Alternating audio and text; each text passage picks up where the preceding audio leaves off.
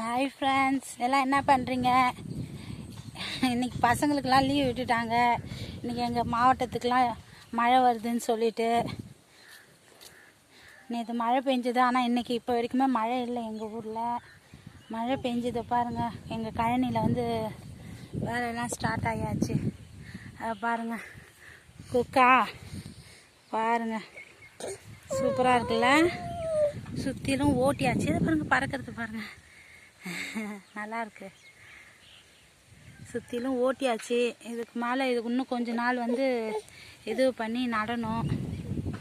பாருங்க, அங்கே பாரு வாசனை, அங்கே பாரு தருண், கொக்கு பார்த்தியா? அவ்வளோ கொக்கு இருக்கு பாருங்களேன்.